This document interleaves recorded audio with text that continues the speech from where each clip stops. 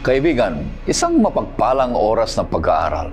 Isang kagalakan na makakasama ka namin dito sa studio sa pag-aaral ng salita ng Panginoong Diyos. Ang oras ng pag-aaral ay isang pag-aaral sa salita ng Diyos na magbibigay sa iyo ng katalinuhan, magbibigay sa iyo ng kagalakan sa iyong puso habang ikaw ay naglilingkod sa gawain ng ating Panginoong Diyos at naghihintay sa malapit ang pagdating ng ating Panginoong Jesus. Ito po ang iyong lingkod, Pastor Ray Urbi, bilang facilitator sa ating pag-aaral sa oras na ito.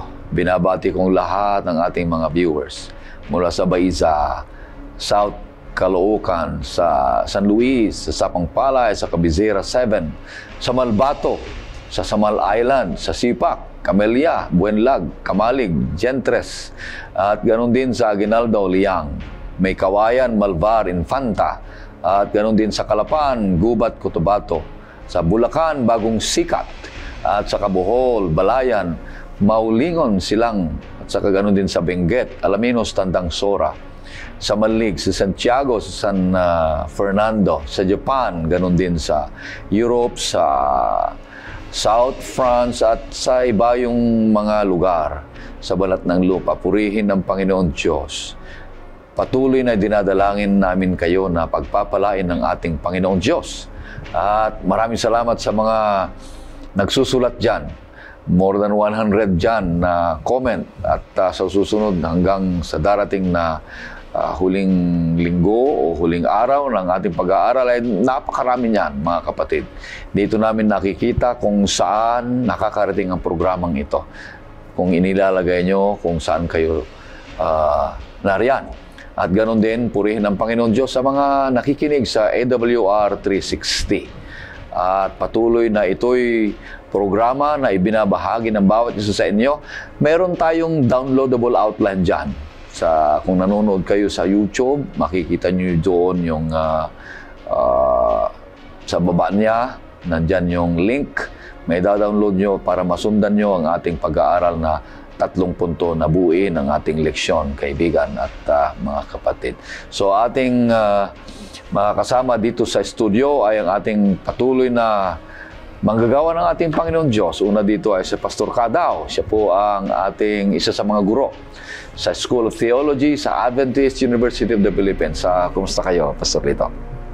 Mabuti naman, Pastor Ray. At sa ating mga kapatiran, saan man kayo naroroon, na palagi ang sumusubaybay sa palatuntunang ito na oras ng pag-aaral. Kayo po ay aming binabati mula sa studio at pagbati rin galing sa ating paaralan. Nagagalak po ang inyong lingkod na maraming mga lugar na naaabot ng ating palatuntunan. Kaya personally gusto ko rin pasalamatan ang ating mga kapatiran dyan sa Parañaque Center Church, dyan sa Bitil. At ako'y nagagalak dyan sa Banaba, Batangas. At syempre, nung lamang Webes ay aking nakatagpo ang ating mga kapatiran sa General Luna, Quezon. Sila pala ay palagi ang sumusubaybay ng ating palatuntunan sa oras ng pag-aaral. Pagpalain nawa po kayo ng Panginoon at sanay tayo sa masamang lumago. Ang pangalawang makasama natin dito ay patuloy pa rin si Pastor Ray Zalo. Siya po ang ating Behavioral Formation Officer ng Manila Adventist College at Executive Director ng Asia Association of Clinical Pastoral Education. Kumusta kayo, Pastor Zalo? Okay naman, Pastor Orbe, at maraming salamat sa ating mga subaybay at sana ating pag-aral sa mga oras na ito ay isang maging mabunga para sa atin. Sa ating pagpapatuloy, nais kitang aniyahan sa isang panalangin, kapatid. O Panginoon Diyos, ang aming banal, kayo po ay aming kinikilala na may-ari at may-akda ng aming buhay. Napakabuti niyo sa amin. Pagpatuloy niyo, Panginoon Diyos, na ipagkaloob ang ministeryo ng Banal na Espiritu upang mapag-isa ang aming isipan at mapaibayo ang aming pananampalataya sa inyo. Pagpalain niyo ang bawat isa at ang aming mapapag-aralan ngayong oras na ito ay maging kapaki-pakinabang at bahagi ng aming buhay habang naghihintay kami sa malapit na barating ng aming Panginoong Jesus. Patawarin kami, Panginoon Diyos, sa aming mga kasalanan. Ito hiling namin sa Kanyang pangalan. Amen. Amen. Kaya patuloy nating pinapag-aralan ngayong trimestre ang may pamagat na pag-ibig at katarungan ng Diyos dito sa ating lingguhang pinapag-aralan ngayong trimestre. At patuloy na inaalam natin ang mga hiwaga ng pag-ibig ng Diyos at ang mga katarungan na inaalok niya sa bawat isa sa atin. At dalangin ko, kaibigan, na patuloy kang susubaybay sa programang ito, lalo pat naunawaan mo ang pag-ibig ng Diyos, na patuloy kang mas malapit na sa Kanya at sa iyong ugnayan. At dahil diyan ay sinisigurado natin na ang ating pananampalataya at ang ating kaligtasan ay darating niyan pagdating ng ating Panginoong Hesus. Kaya ang ating pangsyam na paksa na papag-aralan ngayong linggo ay may pamagat na ang pangsang sinukob na tunggalian. At ang talatang sa uluhin na matatagpuan sa Genesis 3 verse 15, ito pong sinasabi, "Maglalagay ako sa iyo at sa babae ng pagkapuot sa isa't isa at sa iyong binhi. Ito ang dudurog ng iyong ulo at ikaw ang dudurog ng kanyang sakong." At napakaganda, buti na lang at mabubuo natin na ulit ngayon ang ating leksyon ng 3 punto ka Pastor Salo at saka Pastor Lito. Ang 3 punto na ito ay magsisimula sa letter C. Ang unang C ay ipapaliwanag sa atin ni Pastor Salo, character contested. Ang pangalawa naman ay papaliwanag sa atin ni Pastor Lito, choices manifested. Ang pangatlo ay balik tayo kay Pastor Salo. Ang ibig sabihin nito ay consequences clarified. Puro magaganda, puro letter C. At bago na ay pakilala ni Pastor Salo ang ating leksyon na nakaraan. Pastor. Maraming salamat. Atin muna ang establish ang ating connection dito sa lesson nung nakaraan at ating lesson ngayon. Ngayon, nais kong imbitahan ang ating mga taga-subaybay. Buksan natin ang ating banal na kasulatan sa Lucas Kapitulo 18, mga talata 9 hanggang 14. Yan po ang context. Ang tanong dyan, makakagawa ba ang tao ng original niyang katuwiran? Tingnan natin. Pero mag-focus na lang tayo sa verse 9 ng Lucas 18. Tingnan na natin, Pastor Ray, Orbe.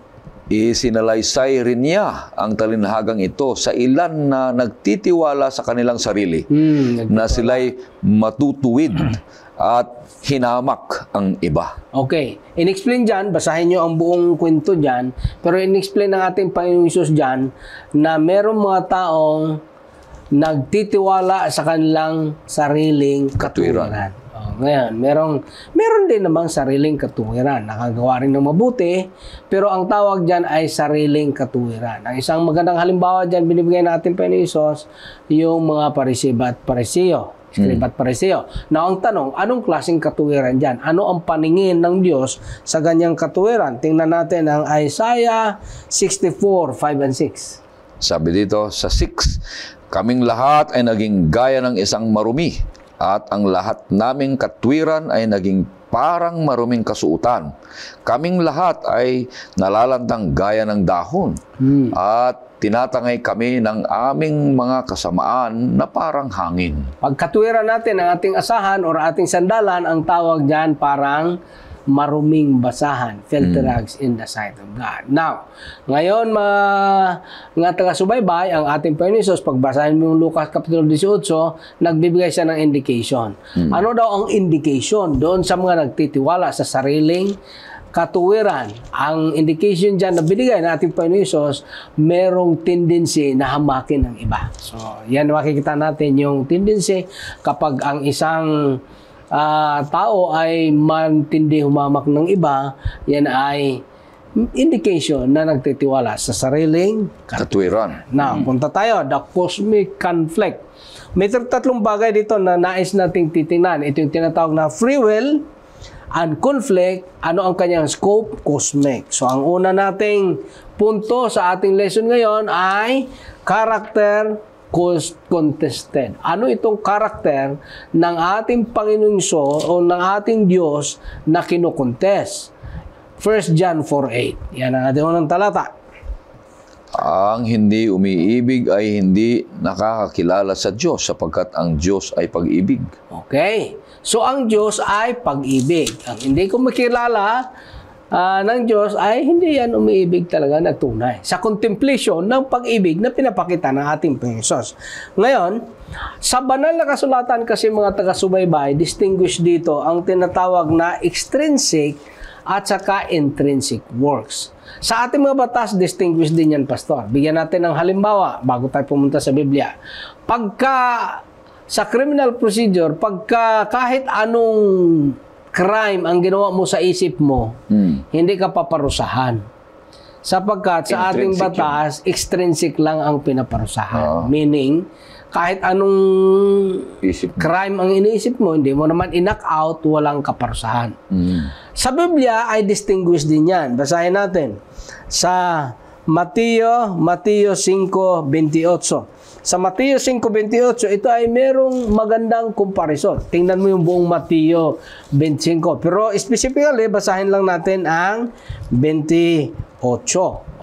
Sa banal na kasulatan, distinguish din ang extrinsic at saka intrinsic act. Pero sa banal na kasulatan, parehong may liability in both intrinsic at saka extrinsic. Pareho siyang liability. Sa secular law, walang liability ang intrinsic, extrinsic lang, pero sa banal na kasulatan, may liability. Parehas. Tingnan mo.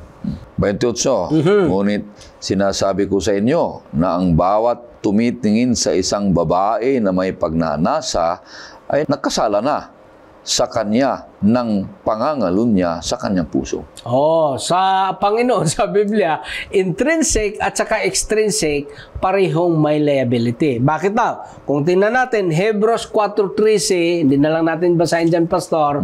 Sa Hebrews 4:13, taga-subaybay, basahin natin, lahat kasi nakikita ng ating Panginoon. Ngayon, punta tayo. Paano ba ang operation? Paano kinuntes? Makikita natin ang operasyon, punta tayo. Genesis Kapitulo 3, hanggang 1 hanggang 7. Hindi na natin basahin dito isa-isa, pero ipapaliwanag ko lang. Ano ba ang tinatawag pagdating sa crime? Pag sa criminal procedure, ang basihan dyan, Pastor Ray at Pastor Lito, ang tinatawag dyan, beyond reasonable doubt. Para makonvict mo ng tao. Ano bang ibig sabihin ng beyond reasonable doubt? Yun bang ang standard? Kailangan i-convict mo siya na ang ordinaryong tao, hindi siya magdududa talaga na siya ang gumawa. Kumbinsido kahit sinong ordinaryong tao na ang standard sa mga ebidensya at testimonya, siya talaga ang gumawa, walang kaduda-duda. Beyond doon, makukonvict siya. Now, papaano ba ngayon inilatag ni Satanas? Ang unang inilatag ni Satanas sa krimen ng cosmic conflict, doon sa Genesis, nag-insinuate siya ng doubt, duda.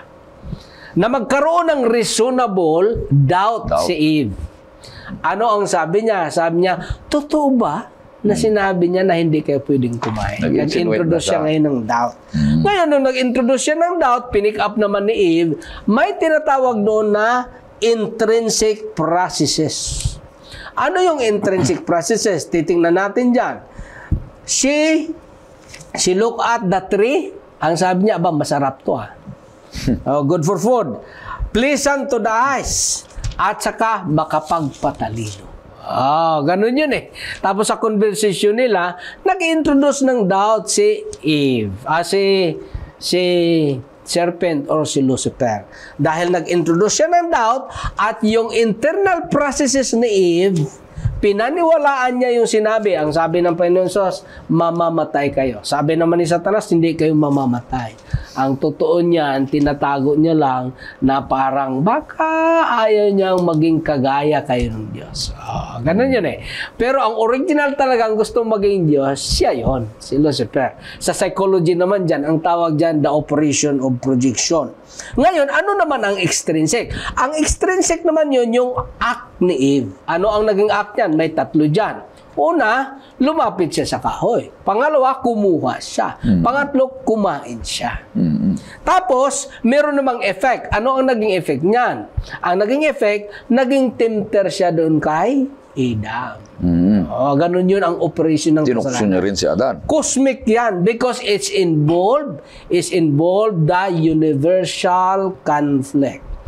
At mahalaga makita natin na itong cosmic conflict na ito ay hindi ito pag-aaway ng dalawang independent power. Bakit? Magkaiba yan. Yung isang power ay creator, ang ating Panginoon Jesus. Yung isang power ay creature. Si Lucifer, creature lang. So doon pa lang, mamili na tayo. Sino ba ang mas makapangyarihan? Yung creator o yung creature? Di yung creator, siyempre. Yun yung ating Panginoon Jesus. Ngayon, itong si Eva at si Adan, dito kasi nag-umpisa lahat, mas pinaniwalaan nila ang word ng kaaway kaysa word ng Diyos. Kaya ang sabi ng kaaway, hindi kayo mamamatay. Sabi ng Diyos, mamamatay kayo walang pagsala. Ang sabi ng iba, bakit hindi namatay? Hindi naman sinabi ng Panginoon Jesus, mamatay kayo agad-agad.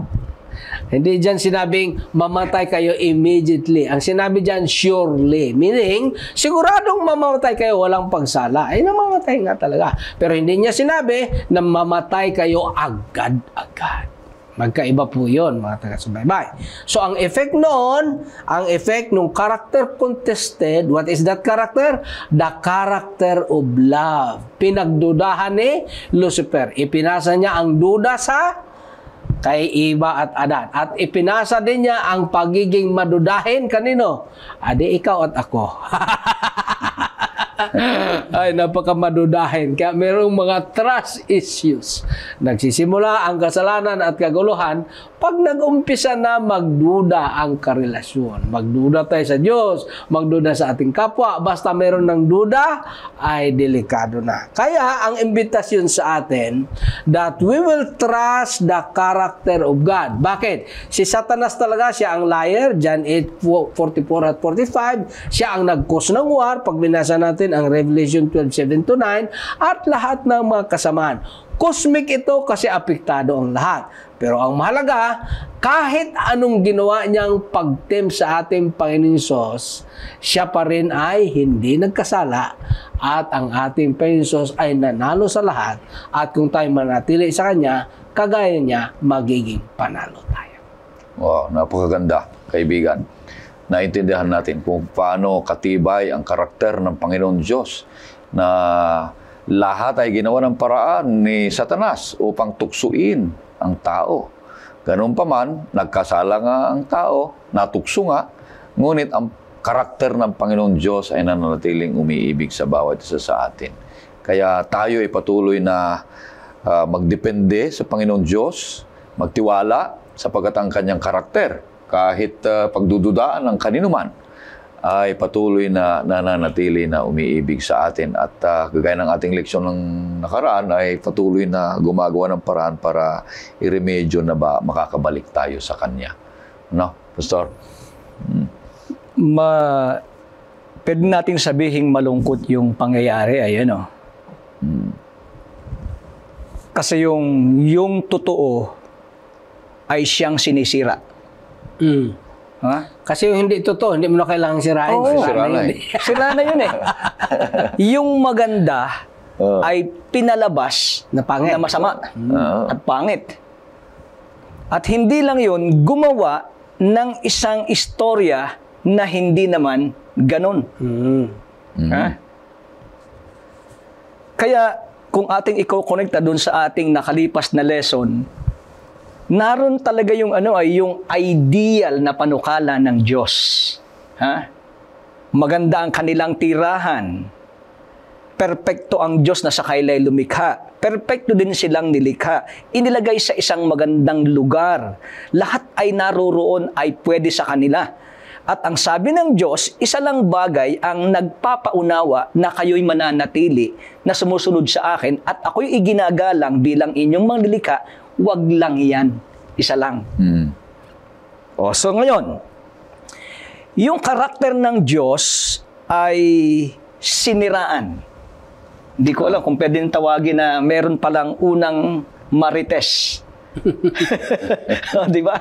Kasi di ba yung marites ay yun daw mahilig mag-exaggerate ng balita. Nakita ako ng nung ginawang acronym yung sahitang marites. Ayun pala yung AI exaggeration. Ha? In-exaggerate. Pero yung kanyang exaggeration ay hindi sa papaganda para i-appreciate, kundi para pasamain. Eh di lumabas na siya ngayon ay sinungaling dahil bandang huli ay napatunayan. So ibig sabihin ganito, mula't mula pala ang kinokontest ng kaaway ay yung karakter ng Panginoon na pinapalabas na itong totoong karakter ng Diyos ay hindi siya ganon. Ngayon, sa procedure, Pastor, sa criminal or civil procedure or administrative procedure, sa lahat ng standard, kung sino ang mag-aakusa, nasa kanya ang burden of proof. Kailangan patunayan niya. Siya yung magpapatunay. Kaya yun si Kristo, hindi nagpupuriba si Kristo. Dinidisprove ni Kristo yung sinasabi ni Lucifer na hindi siya pag-ibig. Kaya, for God so loved the world, He gave His only begotten Son, not a way of proving, but a way of disproving the claim of the enemy. Maganda eh. Yung paraan ng Diyos para pasubalian yung akusasyon ng kaaway, una pa lamang na hindi siya nilipol. Maliwanag ang sabi ni Ellen White sa Christ Object Lesson, kasi kahit dun sa huling bahagi ng ating lesson, yung Friday, na hindi siya kaagad nilipol para itong mga anghel na nagduda sa kanya, sa karakter ng Diyos ay mapatunayan na itong nagpapasinungaling sa karakter ng Panginoon, siya yung may problema sa karakter. Kaya tama eh. Naalala ko tuloy yung ating professor, si Atty. San Joaquin, ang sabi niya ay el incompet probatio kedetchet conkinegat. Ayun na yung binabanggit ko kayo na. Ibig sabihin? Yun yung binabanggit ko, Pastor Ray, na ikaw ay nag-aakusa, ikaw ang may burden of proof na para patunayan na yung akusasyon mo ay totoo. Ay ang problema sa kanyang ginagawang pagsasabing ito yung akusasyon ko, lumalabas na siya. Mali talaga. Kagaya nung sinabi niya doon na, di ba, sinabi ng Panginoon Diyos, pag kumain ka nito, mamamatay ka. Sabi niya. Ang sabi ni Satanas, pag kumain ka nito, hindi, kundi maging kagaya ng Diyos. Kagaya ka niya. Sinong totoo ngayon? Kung paniwalaan mo ang Diyos na totoo, namatay na nga si Adan at Eva. Wala nang Adan at Eva ngayon. Pero kung patunayan mo ngayon si Satanas ay totoo, ay talagang magpapakita sa iyo yung Adan at Eva at kakausapin ka. Diba? Yun ang pamaraan ng kaaway ngayon.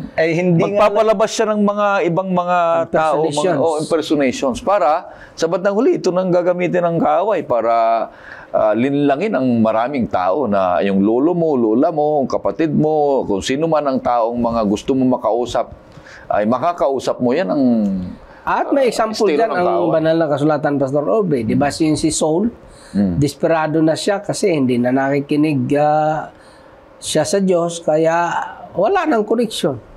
Si Prophet Samuel namatay na. So ang ginawa niya, pumunta sa espiritista. Kunyari, lumabas si Samuel. Pero yun ay demons. Napatunayan natin na ang Panginoon Diyos ay totoo. Ganon din tayo. Pag tayo ay tinutukso, sinisira, kung anong dapat nating gawin na tama, yan ay pagpatuloy natin. Huwag nating sundan o kaya yung mga akusasyon ay paniwalaan nilang tama, mga kapatid. Kaya purihin ang Panginoon Diyos. Papunta na tayo sa pangalawa. Choices manifested sa ating leksyon. Ano ibig sabihin nito, Pastor Lito? Okay, ating i-connect doon sa ating unang punto. Sapagkat yung unang punto ay character contested, doon natin nakita yung ideal will na nasira, kaya nagkaroon ng ideal will. Remedial will. Remedial will. Na ang remedial will ng Panginoon, doon sa nasira na ideal will, ay siya ay magkakatawan tao. Sa kanyang pagkakatawan tao, muling inulit ng kaaway yung ginawa sa halamanan ng Eden. In-extend niya sa pagkakatawan tao ng Panginoon na meron ding iisang layunin. Kaya ang punto, choices manifested. Paano nangyari? Hindi na natin kinakailangang basahin kasi mahaba. Pero yung kwento, mga minamahal nating mga kapatid sa pag-aaral na ito, sa Mateo 4, 1 hanggang 11, ay nagpapakita na ang ginawang pagpili ng Panginoon sa kanyang pagtugon sa mga tukso ng kaaway doon sa ilang ay nagpapahiwatig na dapat ang pagpapasya ay laging nakaugnay sa divine will. Doon nabigo si Adan at si Eva. Nung sila i-approach ng kaaway, yung kanilang desisyon ng pagtugon sa ahas na si Satanas ay hindi tumugma dun sa kalooban ng Panginoon na alam nila na dapat nilang gawin sa halamanan. Ayun, pumasok na nga ang kasalanan. Ito na, sinulusyonan. Duda na. Ay nung susolusyonan, itong solusyon gusto uling sirain itong maninira. O kaya ang tawag natin ay siguro'y antagonist. Ayan, kontrabida. No, di ba? Taga-akusan ng mali. Papaanong nangyari? Well, yung pagtukso ay napakaliwanag po niyan. 3 tukso ang nangyari. Ayan. Ang unang tukso, sapagkat nagutom, 40 araw na nag-aayuno, nagugutom, ang unang tukso yan, gagawing tinapay ang bato. Ito yung aking pinag-iisipan Palagay ko na yan, pastor, kayo parehas pastor Hindi kayo tutuksoin ng kaaway na gawing tinapay ang bato. Kasi hindi naman kaya yun. Hindi kaya yun. Ibig sabihin, ang tukso ng kaaway na ginagawa ay yung appealing at pwede mong gawin o pwede kang mag-yield. Oo. Yung tukso sa halamanan ng Eden ay appetite. Senses. Yung kaisipan. Duda. Kailangang magduda. Yung paningin, maganda. Yung panlasa, masarap. Pag hinawakan, kaiga-igaya. Oo. Ay, delikado yan. Delikado itong mga tuksong ito na ang tinatarget ay yung ating mga senses mula sa isip, sa paningin, sa panlasa, at saka sa paghawak. Ay, delikado, mahirap-hirap yan. Kaya yung mga kaiga-igaya, magandang tingnan, maganda sa panlasa, kahali-halina ay mapanganib. Dahil doon, yun ang unang tukso, gagawin mong tinapay ang bato. Binabasa ko rin yung yung Desire of Ages.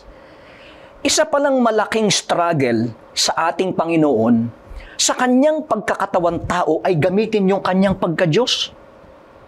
O kaya, sino lang ang pwedeng gawin na yung bato'y gawin tinapay? Madali sa kanya yun. O bakit? Kasi pwede niyang gamitin ang kanyang kapangyarihan bilang Diyos, pero hindi niya ginawa. Dahil alam niya na kung gagawin niyang sundin yung appeal ng kaaway, hindi magiging align sa divine will.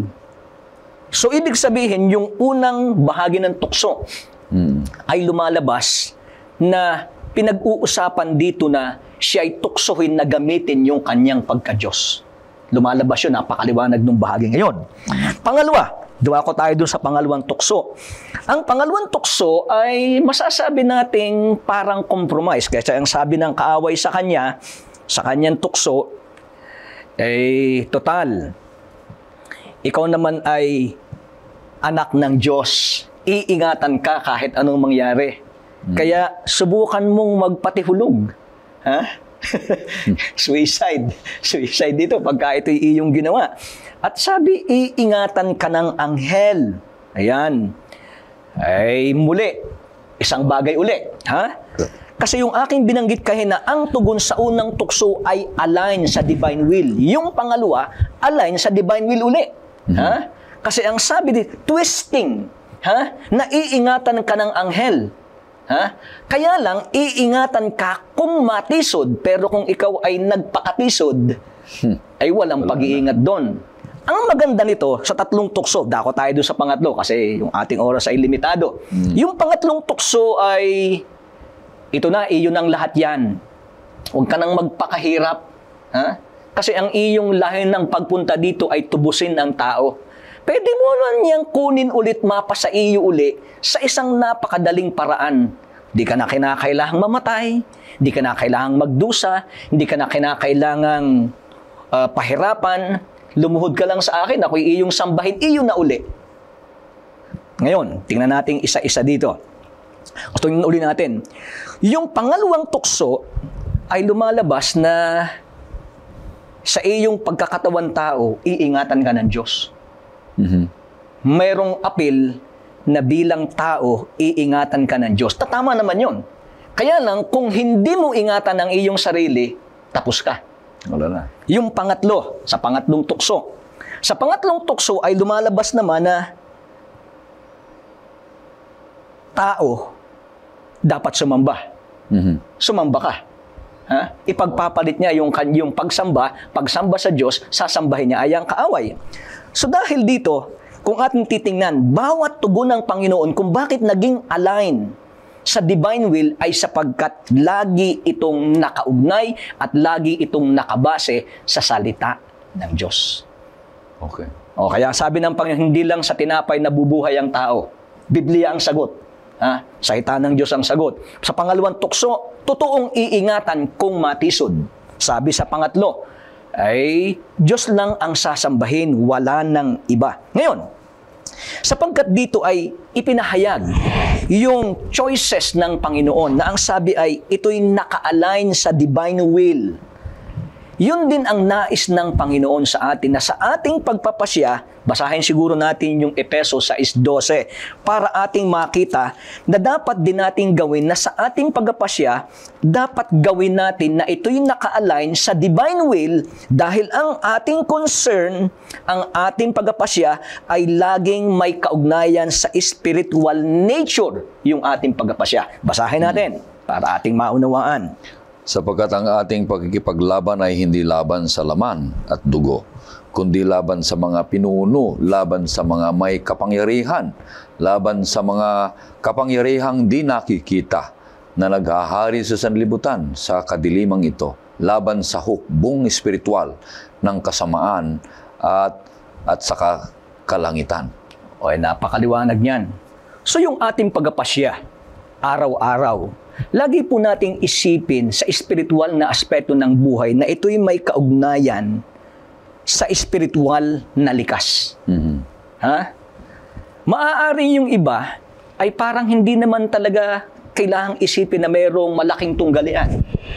Pero ang ating pagpapasya, bawat araw ay ating isipin na kaugnay, may kinalaman ito sa malaking tunggalian. Halimbawa, simple itong bagay. Tumigil ka sa traffic. May kumatok sa bintana, may daladalang baso. Oo. Anong desisyon mo? Magbigay ka o hindi? Magbigay ka o hindi? Oo. Ay pag inisip mo, great controversy ito eh. Kung ako'y magbigay ng 10 pisong coin doon sa nagtitinda ng basahan na 10 piso rin ang halaga, ha? Hindi ko yun ikapaghihirap. Ha? Kung nagbigay ako, yung by align sa divine will, o kung hindi naman, kanino iyon naka-align? Ha? Kung sa aking bahay ay may kamatok at nanghihingi ng tulong, ha? Ay hindi mo naman kilala. O kaya sabihin natin na kilala mo, pero alam mo kung anong klaseng tao yun. Yan. Tutulungan mo ba o hindi? So lahat ng pagpapasya, araw-araw. Bagamat yung ilan ay maaaring siguro hindi naman pwedeng iugnay. Pero lagi natin gawin na ang pagpapasya daw ay nakatitiyak tayo na naka-align sa divine will. At pag sinabing divine will, ito'y nakabase sa salita ng Diyos na katulad nung ginawa ni Kristo sa kanyang pagtugon sa mga tukso. Kaya lalo na sa mga tukso, dapat nakatitiyak tayo na ang tugon ayon sa divine will. Purihin ang Panginoon Diyos, kaibigan, maraming salamat. Naipakita natin dito na ang pagpili ay napakahalaga sa buhay ng tao. Kung paano tayo mamili ay gayahin natin ang tukso ni Jesucristo dito sa balat ng lupa na siya ay nagtagumpay. Tinukso siya sa pagkain. Ano ang divine will? Mas mahalaga ang pagkain ng salita ng Panginoong Diyos na sundan natin. Tinukso siya sa pag-iingat. Minsan maraming matutukso sa pag-iingat. Bibili ako ng ganito, para maingatan ako. Mag-iingat tayo dyan sa mga desisyon. Yan ba ay kalugod-lugod? Divine will ba? Yan ba ay para sa kalulugod kalooban ng Panginoong Diyos? Tuksuin tayo sa pagsamba, Pastor. Ayan na. Kaya lahat ng mga ito ay ang Panginoong Jesus ay nagtagumpay. magtatagumpay tayo kung mabuhay si Kristo sa ating buhay. Ano, Pastor? Kaya nga sabi dyan, manifested, kasi pinahayag talaga. Yeah. Hindi lang pinahayag, dinemonstrate yan ng ating Panginoon Jesus. Ang victory ng ating Panginoon Jesus, hindi lang doon sa sacrifice Yung doon sa pamumuhay niya na walang kasalanan, victory yun para sa atin. Kasi nga, lahat tayo sinful, pero siya sinless. Pagka kinubiran tayo, magiging sinless tayo sa paningin ng Diyos. Pero in reality, in truth and in fact, in the actual, hindi ka talaga sinless. Maging sinless ka sa paningin ng Diyos because of His righteousness. Holiness, nibigay sa iyo. Yeah. Paano siya naging righteous? Pumili siya ng right. Kaya nga manifested. Pinapahayag doon sa temptation na kung siya ay naging successful, maging successful din tayo sa kung tayo ay didepende sa Kanya. Maliwanag yan sa Hebrews chapter 4, verse 15 and 16. Isa pa sigurong dapat nating pagtanto. Hindi mo kayang gamitin ang salita ng Diyos kung hindi mo alam. Siyempre. Di ba? Knowledge is power. Sa isang iglap, alam ni Kristo ang kanyang sagot. Alam niya kung saan dapat nakabase ang sagot na yun dapat ang kanyang pasya. Okay, kaya ang sabi dito, alam niya ang salita, at tama yung binanggit ni Pastor Ray Salo, na siya ay nakadepende at nakaugnay sa Diyos.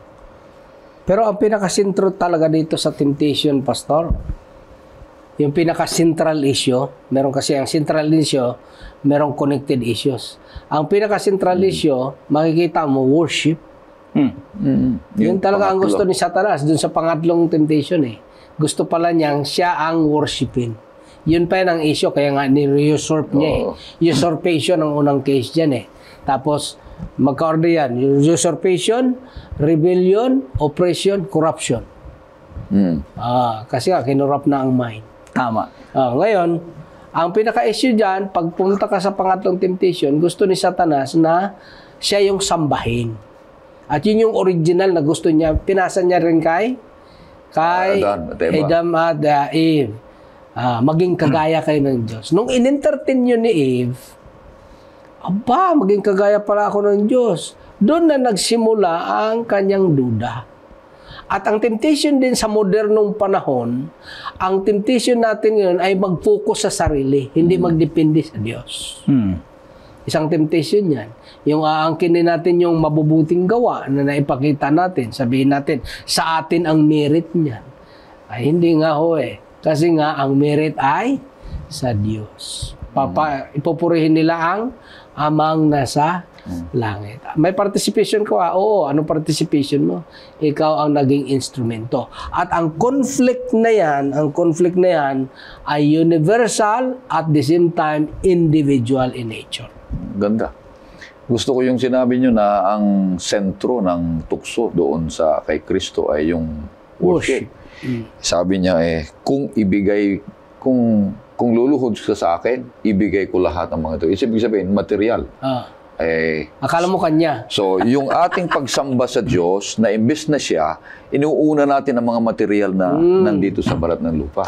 So, ibig sabihin, kung hindi mo inuna ang ating Panginoong Hesus at inuna mo yung kung ano ang mga bagay na yan, yan ang ating idolatry in the modern time. Wala na. Totoo naman kasi kung ating isa-summarize, yun ay pumapatak na yielding. Sabihin yielding, ibinigay mo ang sarili mo sa kaaway. Di ba? Kaya gawin mong tinapay ang bato, yield. Sinamba mo siya. Kahit gumawa ka ng palpak, nakatalaga lang basta ang sarili mo sa Panginoon. Di mali pa rin, yielding pa rin yun.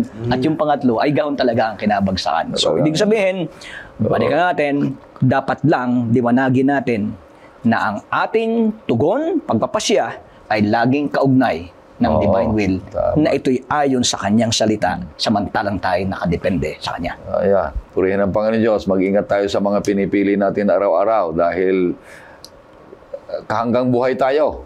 Mayroon tayong desisyon na mamili ng tama o mali kalooban ng ating Panginoon Diyos. Pupunta tayo sa pangatlo. consequences clarified. O yan, Pastor. Ano bang ibig mga sabihin nito? consequences na clarified? Unang teksto, Genesis 3:15. Basahin natin Genesis 3:15. Clarify ito yung consequence. Merong tinatawag na immediate consequences, meron namang tinatawag na long or ultimate consequences. Dalawa po yan, mga taga-subaybay. Immediate at saka ultimate. Una natin, titingnan natin, ano ang clarify? Genesis 3:15. Maglalagay ako sa iyo at sa babae ng pagkapuot sa isa't isa at sa iyong binhi at sa kanyang binhi. Ito ang dudurog ng iyong ulo at ikaw ang dudurog ng kanyang sakong.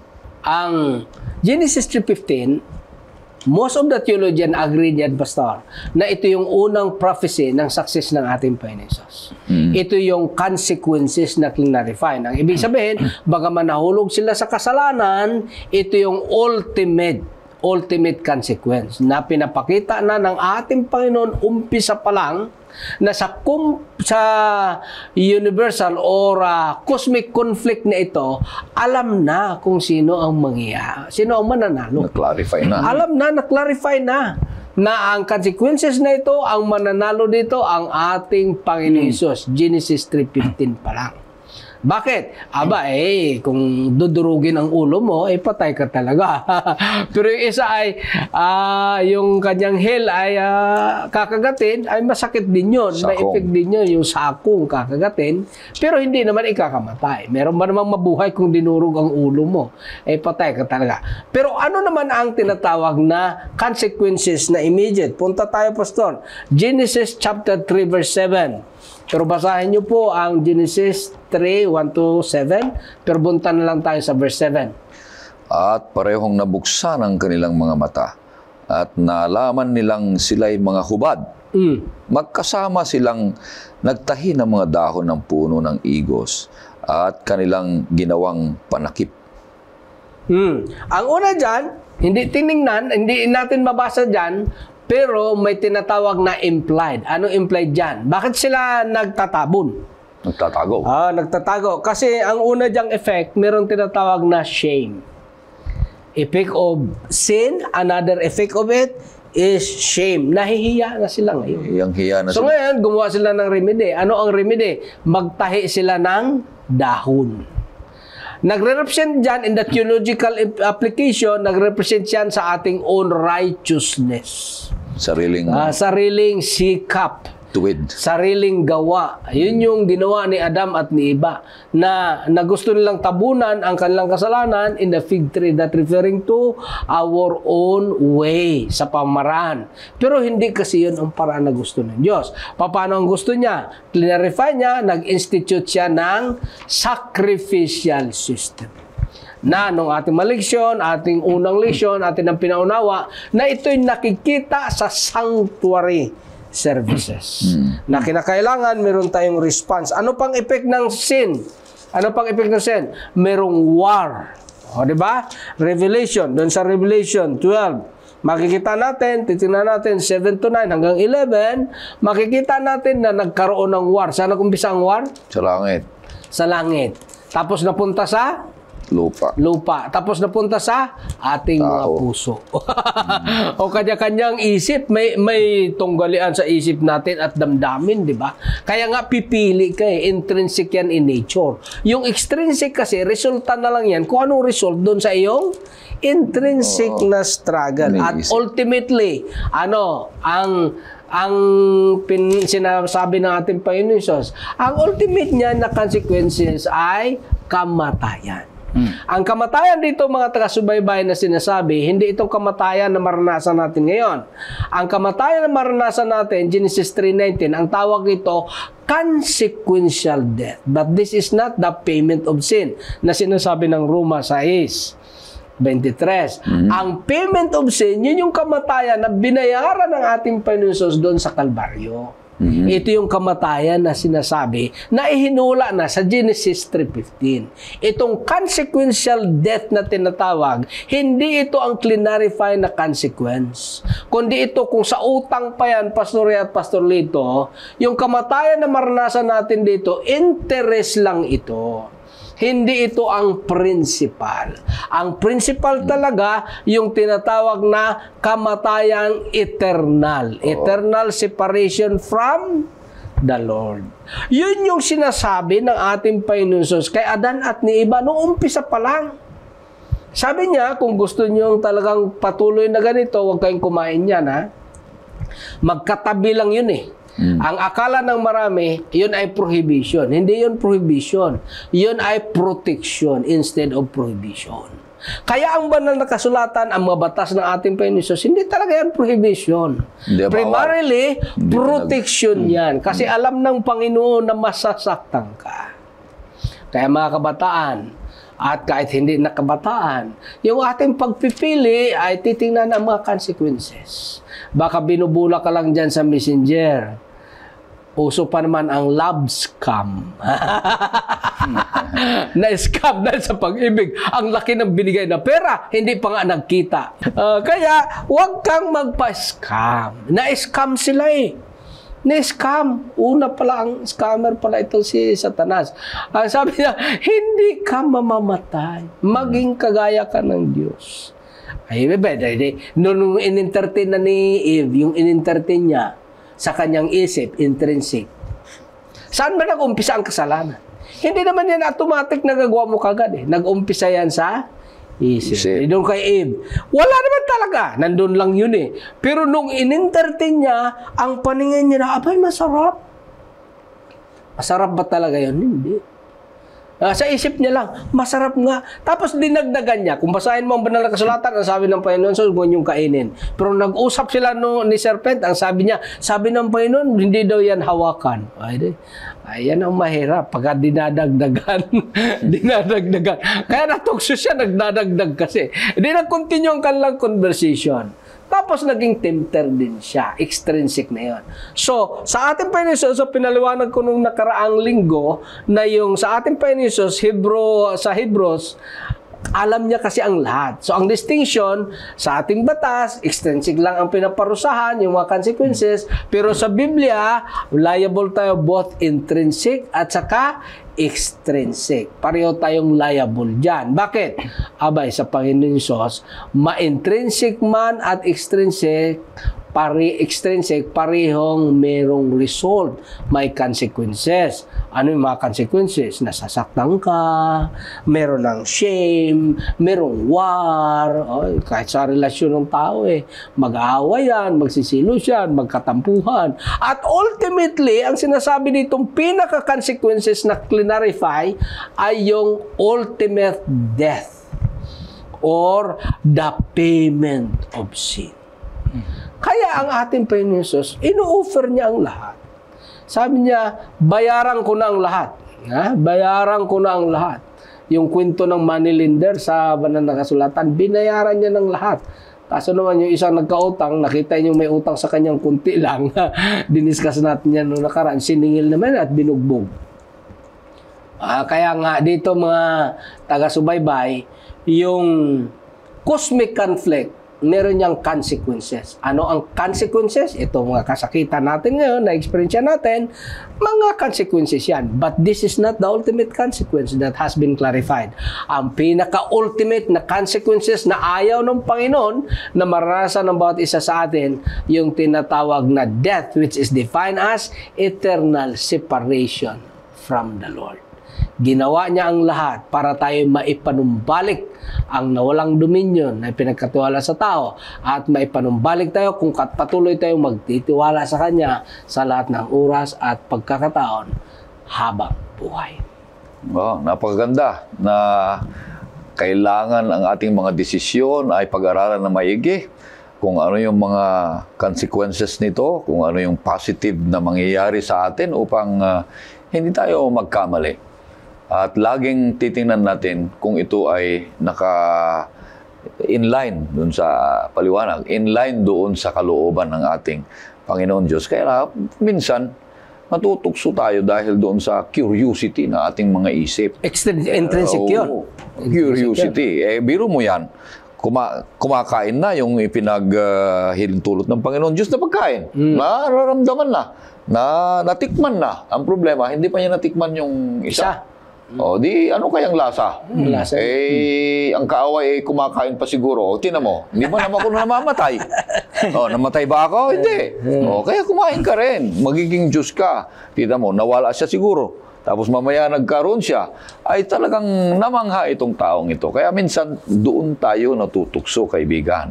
Mag-ingat tayo dahil klarong-klaro ang mga consequences kung tayo ay sumunod sa tukso ng kaaway. Pero pag sumunod tayo at manatili dan sa kalooban ng Panginoon Diyos, mananatili tayo sa Kanya, tayo ay masaya, mas masaya at may buhay na walang hanggan.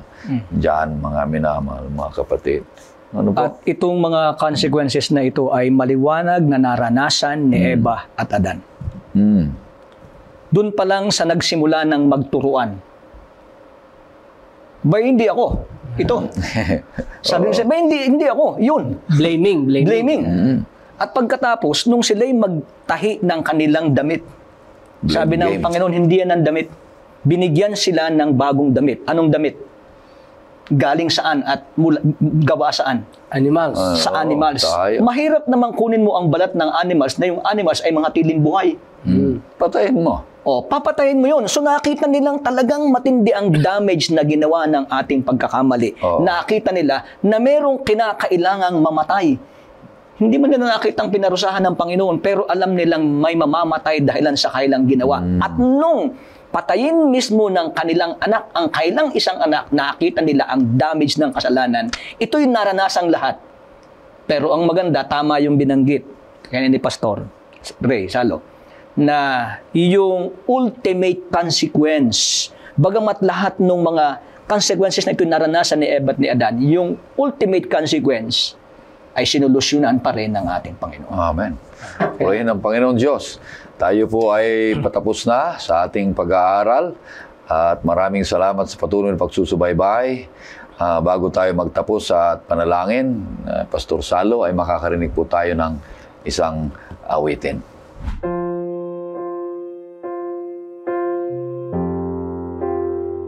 May dalawang kapangyarihan na naglalaban, ang panig ng kabutihan at ang kasamaan. Kapwa sila'y nagnanais, sa kaluluwa'y magtagumpay. Aling kapangyarihan ang nais mong papanigan? Kapag Diyos ang maghahari, sa puso't isipan mo walang puwang ang dyablo. Sa kanyang panunukso